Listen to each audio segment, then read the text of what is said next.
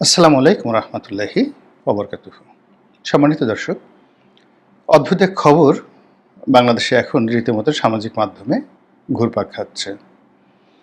সেটা হলো আওয়ামী লীগকে নিষিদ্ধ করার টার্গেট নিয়ে একটি আইন প্রণীত হবে এবং তার একটি খসড়া আইন উপদেষ্টা ইতিমধ্যে তৈরির কাজে হাত দিয়েছেন, তৈরি করেছেন অথবা জমা দিয়েছেন।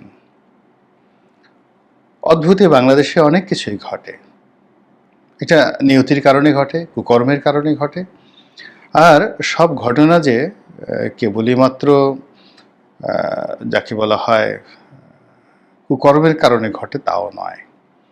আবার কিছু কিছু ঘটনা ঘটে যেগুলো আজ মনে হচ্ছে আজকের জন্য প্রযোজ্য, কিন্তু আগামীকাল এটির কোনো বাস্তবতা থাকে না।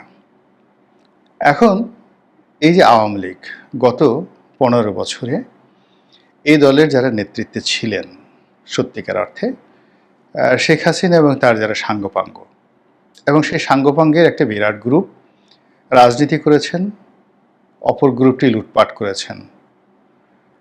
তারপর আরেকটি গ্রুপ চাঁদাবাজি করেছেন, আরেকটি গ্রুপ সন্ত্রাস করেছেন, আরেকটি গ্রুপ মানুষ মেরেছেন।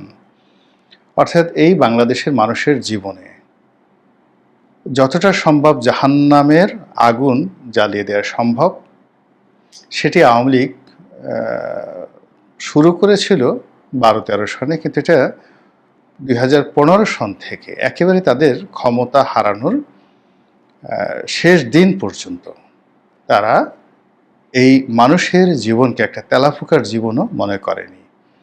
তাদের যারা প্রতিপক্ষ তাদের জীবনের সর্বনাশ করার জন্য তারা করেনি এহেন কুকর্ম নেই।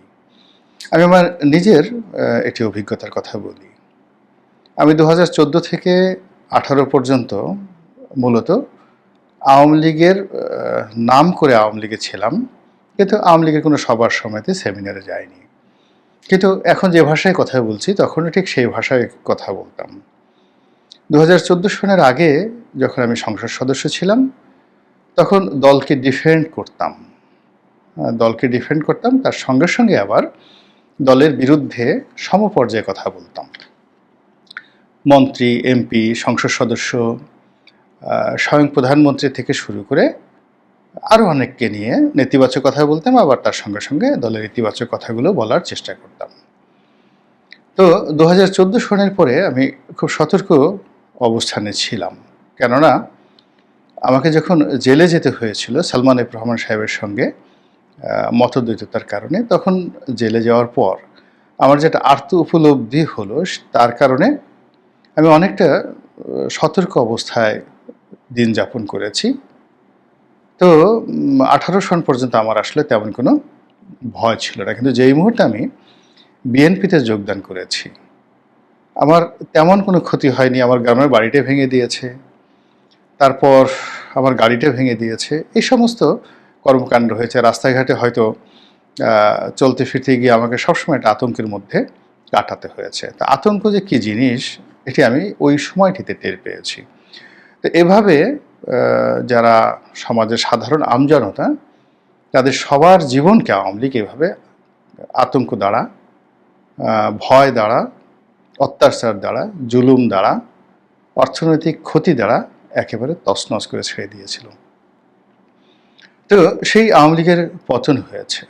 পতন হওয়ার পর এখন সব মানুষই যারা দায়ী ব্যক্তি তাদের গ্রেপ্তার চাচ্ছেন, বিচার চাচ্ছেন, এবং জনরোষ এমন পর্যায়ে অনেক মানুষ গণপিটুনি দিতে চাচ্ছেন, অনেক মানুষ মারতে চাচ্ছেন। তো এই জিনিসগুলো মানে আপনি কোনো অবস্থাতেই এখন নীতি কথা বললে লাভ হবে না। এখানে মানুষের সেন্টিমেন্টটা আসলে এইরকমই। যখন দীপুমণিকে ধরা হলো, হাত কড়া পরানো হলো, তারপর তার গায়ে ডিম মারা হলো, কিংবা আগামীতে যদি হারুন, বেনজির, তারপর বিপ্লব, এ সকল কুখ্যাত লোকজন ধরা পড়ে, তাহলে আপনি আসলে জনরোষ যেটি ওটি বন্ধ রাখতে পারবেন না। তো এই মুহূর্তে আসলে আওয়ামী লীগের বিরুদ্ধে যে জনরোষ 1971 সনের মুক্তিযুদ্ধের পর জামাত, আলবদর আর শামস তাদের বিরুদ্ধেও কিন্তু একই জনরোষ ছিল। এবং যখনই যারা ক্ষমতায় এসেছে প্রাণান্ত চেষ্টা করেছে জামাতকে শেষ করে দেওয়ার জন্য, কিন্তু জামাত শেষ হয়নি, অত্যাচারিত হয়েছে, জুলুমের শিকার হয়েছে, কিন্তু জামাত শেষ করা যায়নি। আবার জামাতের পক্ষেও কিন্তু কথা বলা যায়নি। এবং এখনও দেখেন অলানে ছাড়েন জামাত যে রাজনৈতিক তৎপরতা শুরু করেছে, এই রাজনৈতিক তৎপরতা প্রথম ৩-৪ দিন, আগস্ট মাসের ৫ তারিখের পরে সর্বোচ্চ ১০ তারিখ পর্যন্ত মানুষ জামাতের কর্মকাণ্ড নিয়ে সমালোচনা করেনি।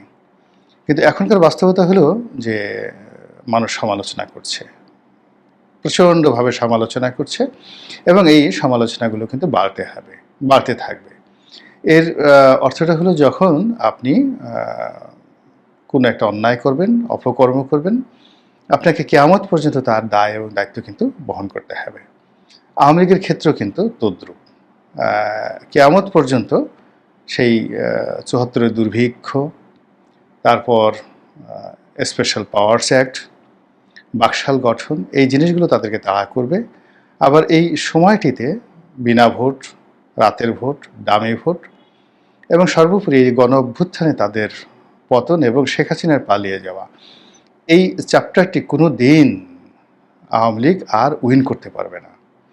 তো কাজেই আওয়ামী লীগকে যদি আগামী দিনগুলোতে বেঁচে থাকতে হয়, রক্ষা পেতে হয়, তাহলে যে চ্যাপ্টারগুলোতে তাদের ভুল হয়েছে সেই চ্যাপ্টারগুলো থেকে বের হয়ে আসতে হবে, সেই চ্যাপ্টারগুলোর ব্যাপারে সরি বলতে হবে, লোকজনকে আশ্বস্ত করতে হবে, এছাড়া কোনো উপায় নাই। তো এখন যেটি বলছিলাম সেটি হলো, আইন করে একটা যাকে বলা হয় পরোক্ষ আইন করে আওয়ামী লীগকে রাজনীতি থেকে আগামী ১০ বছরের জন্য পিছিয়ে রাখার, বা ১০ বছর আওয়ামী লীগ রাজনীতি করতে পারবে না, এরকম একটা আইন পাশ হবে বলে গুজব ছড়িয়ে পড়েছে বা চেষ্টা চালানো হচ্ছে।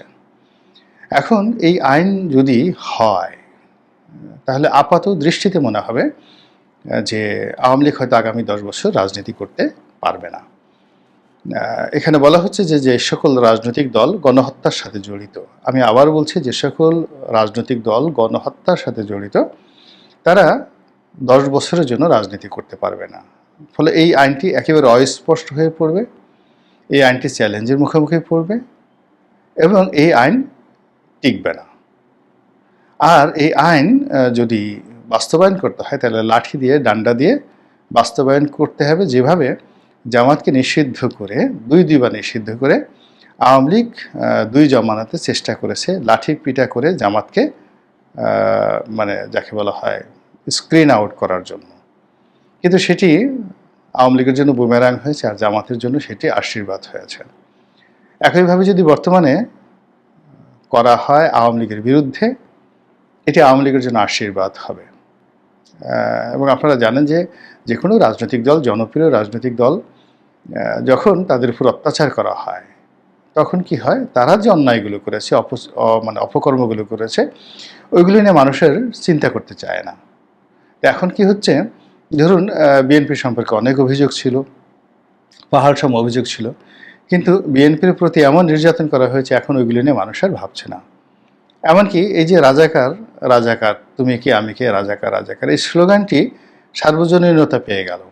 এর কারণ হলো আওয়ামী লীগের অত্যাচারের কারণে। অথচ রাজাকার শব্দটি বাংলাদেশে খুবই ঘৃণিত। ইটস এ ট্রেইটার, বিশ্বাসঘাতক, মোনাফেক, বেঈমান, অনেকগুলো শব্দ একত্র করলে এই রাজাকারটি হয়। তো যাই হোক, এখন আওয়ামী লীগকে যদি ১০ বছরের জন্য নিষিদ্ধ করা হয়, এর অর্থ যে এই ১০ বছর আওয়ামী লীগবিহীন একটি শাসন ব্যবস্থা চালানোর জন্য যারা এখন চেষ্টা চালাচ্ছেন, তারা বগল বাজাবেন। কিন্তু আলটিমেটলি এটাই ১০ মাসও তারা টিকতে পারবেন না, বরং এই ১০ মাসে আওয়ামী লীগ নিষিদ্ধ করলে আরও বেশি তারা ক্ষমতাধর হয়ে পড়বে।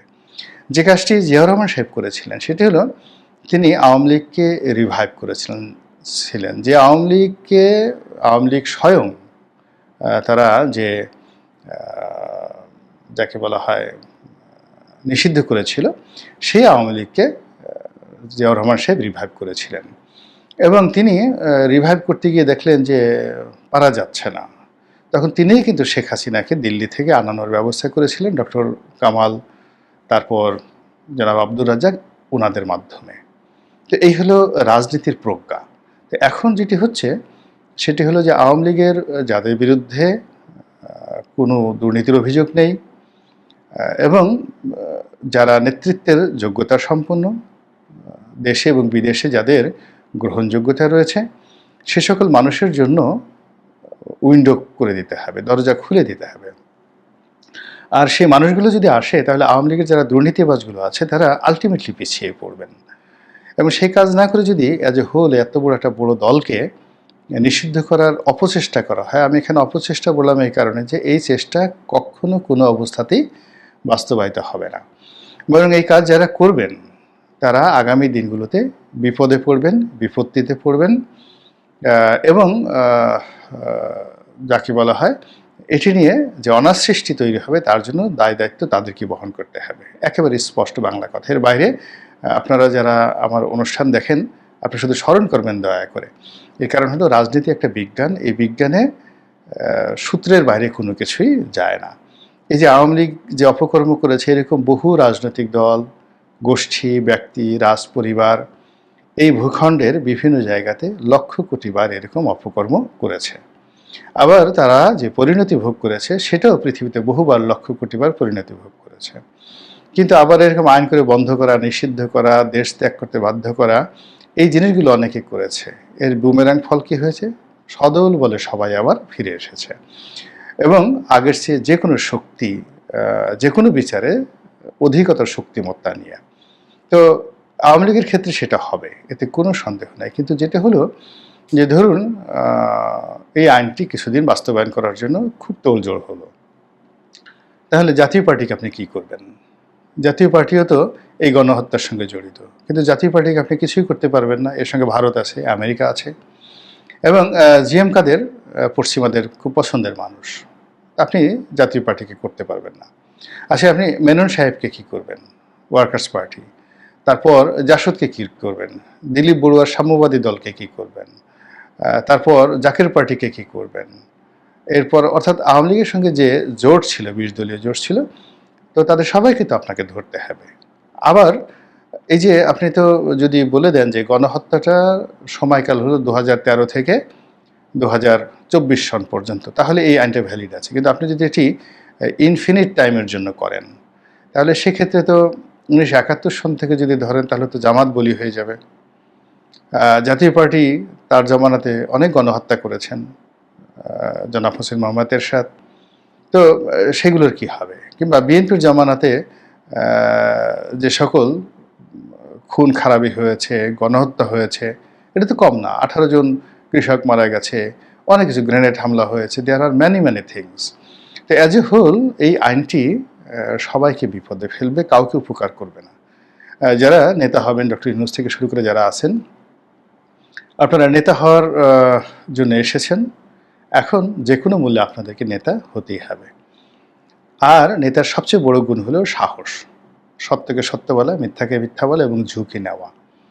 আপনি সবসময় মাখন খাবেন আর শুয়ে থাকবেন, লোকজন আপনার হাত পা টিপবে জান্নাতের মতো, আর আপনি শুয়ে শুয়ে হিরো আলমের মতো, মানে যাকে বলা হয় আঙ্গুর কমলা বেদানা খাবেন, আপনার প্রিয়তমা আপনার আঙ্গুর মুখে তুলে দিবে।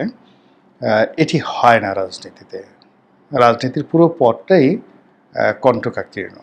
পৃথিবীর সবচেয়ে শ্রেষ্ঠতম মানুষগুলো, আমরা ইসলামে হুজুর পাক সাল্লাল্লাহু আলাইহি ওয়াসাল্লামের জীবন, তার যে 4 জন সাহাবী তাদের জীবন, একমাত্র হযরত আবু বকর সিদ্দিক রাদিয়াল্লাহু তাআলা আনহু ছাড়া বাকি 3 জন সাহাবা একরাম কিন্তু শহীদ হয়েছেন, এবং অবর্ণনীয় রাজনৈতিক বিপর্যয়, দুঃখ দুর্দশার মধ্যে কিন্তু তাদেরকে বিদায় নিতে হয়েছে। তো এখানে অলিত্যবাদ, এখানে অলৌকিকতা বলতে কোনো জিনিস নেই। এখানে পুরোটাই কার্যকারণ। আপনি যেমন কর্ম করবেন আপনাকে তেমন ফল ভোগ করতে হবে, এক। 2 নম্বর হলো যে এখানে আপনাকে ঘরের মধ্যে জনপ্রিয় হতে হবে। যেমন ডক্টর ইউনূসকে নিয়ে আমি খুব ভয় পাচ্ছি। তিনি লন্ডনকে খুশি করতে চাচ্ছেন, আমেরিকাকে খুশি করতে চাচ্ছেন, জো বাইডেনকে খুশি করতে চাচ্ছেন, কিন্তু সেটা ওনার দরকার নেই, মানে একটুও দরকার নেই। ওনার আসলে দরকার হলো ওনার এই যে বাসভবন যমুনা, যিনি এখন যেখানে আছেন, ওনার দারোয়ানটা ওনাকে পছন্দ করেন কিনা, তারপরে ওনার গ্রামীণ ব্যাংকের যারা সহকর্মী তারা ওনাকে পছন্দ করেন কিনা। ওনার বড় সার্টিফিকেট হলো ওনার সঙ্গে অতীতে যারা অর্থনৈতিক লেনদেন করেছেন, টাকা পয়সার লেনদেন করেছেন, তারা ওনার ব্যাপারে ইতিবাচক কিনা। ওনার দুজন স্ত্রী তারা তার ব্যাপারে ইতিবাচক কিনা, ওনার সন্তানরা ওনার ব্যাপারে ইতিবাচক কিনা। তো এই জিনিসগুলো যাদের ইতিবাচক থাকে তারা যদি নেতৃত্ব পায় সারা দুনিয়া তারা জয় করতে পারে। আর যদি ঘরের ভিতরে গণ্ডগোল থাকে, ঠিক প্রদীপের নিচে যেভাবে আলো থাকে, অন্ধকার থাকে, ঠিক ওইরকম যদি কোনো নেতার ব্যক্তিগত জীবনে ওইরকম সফলতা থাকে, সারা দুনিয়া তার প্রশংসা করলে তার কিছু আসে যায় না। সে সকল মানুষই শেষ পরিণতিতে ভালো অবস্থানে যেতে পেরেছেন যারা নিজেদের মধ্যে ভালো ছিলেন। আল্লাহ আমাদের সবাইকে হেদায়েত দান করুন এবং হেফাজত করুন। আসসালামু আলাইকুম ওয়া রাহমাতুল্লাহি ওয়া বারাকাতুহু।